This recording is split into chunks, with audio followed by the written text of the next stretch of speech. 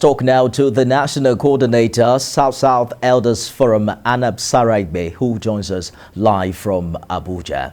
8 trillion naira, that is the estimated amount paid to government in the Niger Delta region in the past 10 years. But some are of the opinion that that huge amount of money has not really reflected in the quality of life and infrastructure available in that region. Do you have updates on the bill introduced some 3 months ago about having these monies paid directly to host communities?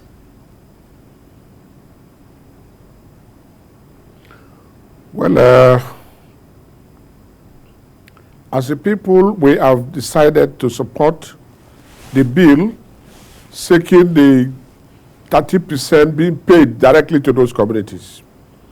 The governors have not done well over time.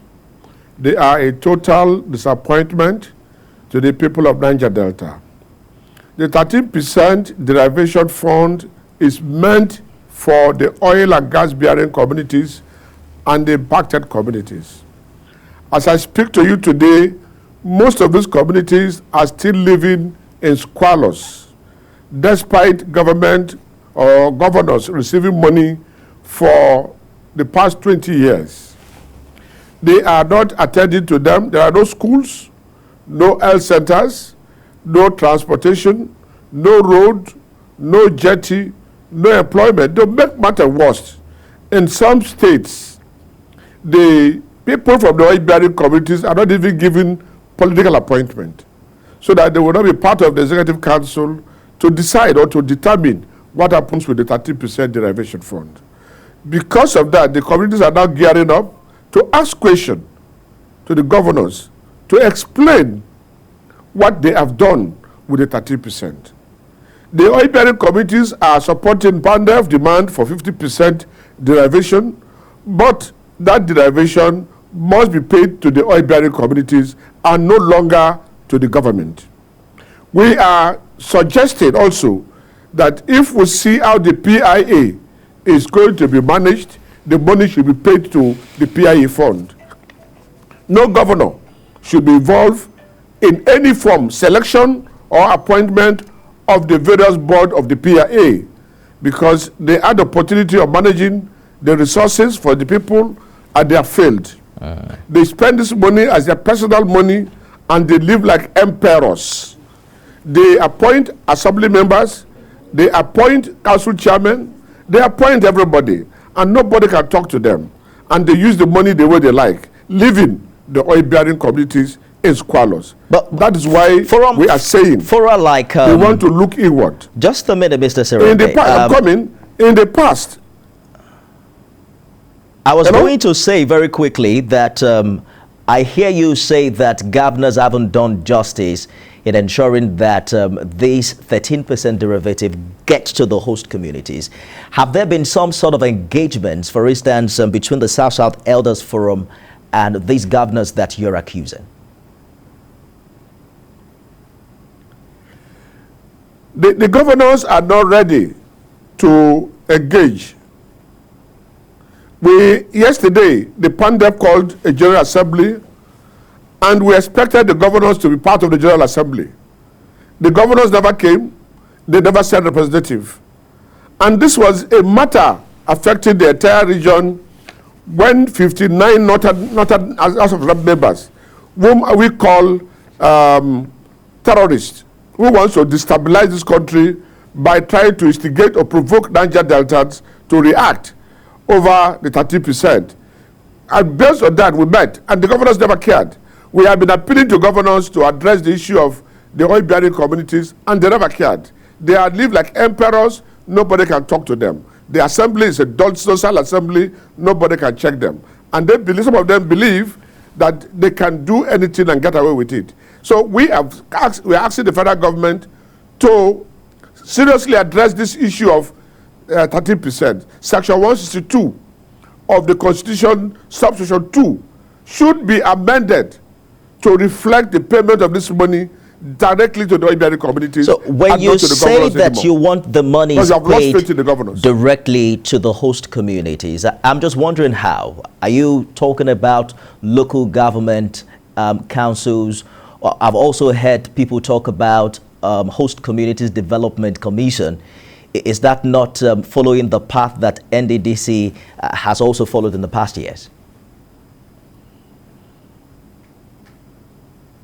Well, the NDDC has not fared better. The NDDC is even worse because NDDC was set up to develop the oil-bearing communities and the Niger Delta. The NDDC is worse because they have done nothing. What they have spent in NDDC is more than what was used to build Dubai. But the NDDC has not done well, and that is why we are saying that the forensic audit of the NDDC must be made public. The Mr. President should make that report public.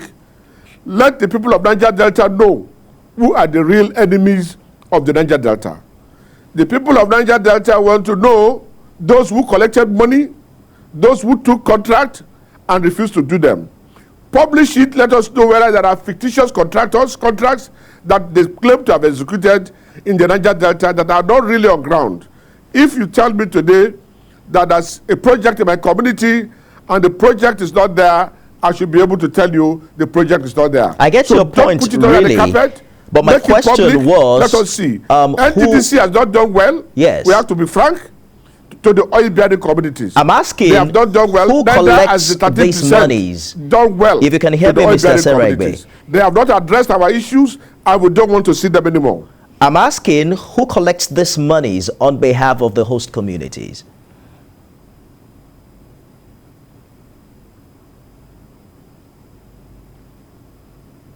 I doubt if you could hear me.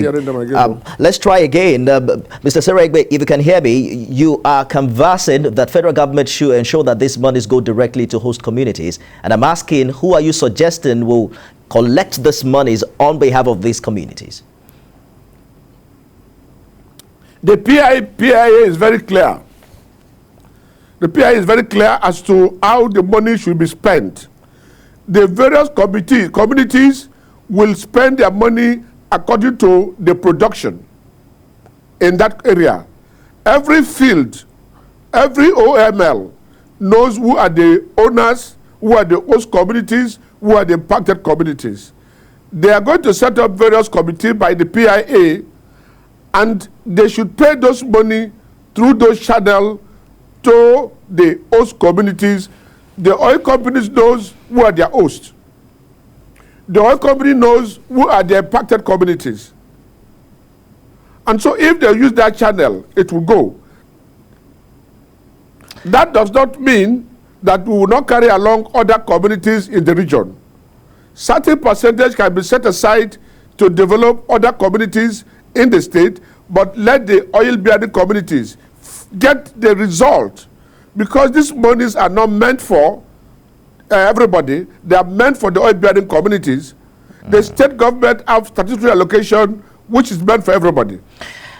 But the 30% clearly and made. The NDDC.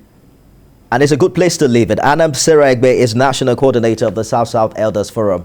Thank you so much for talking to us on the news tonight.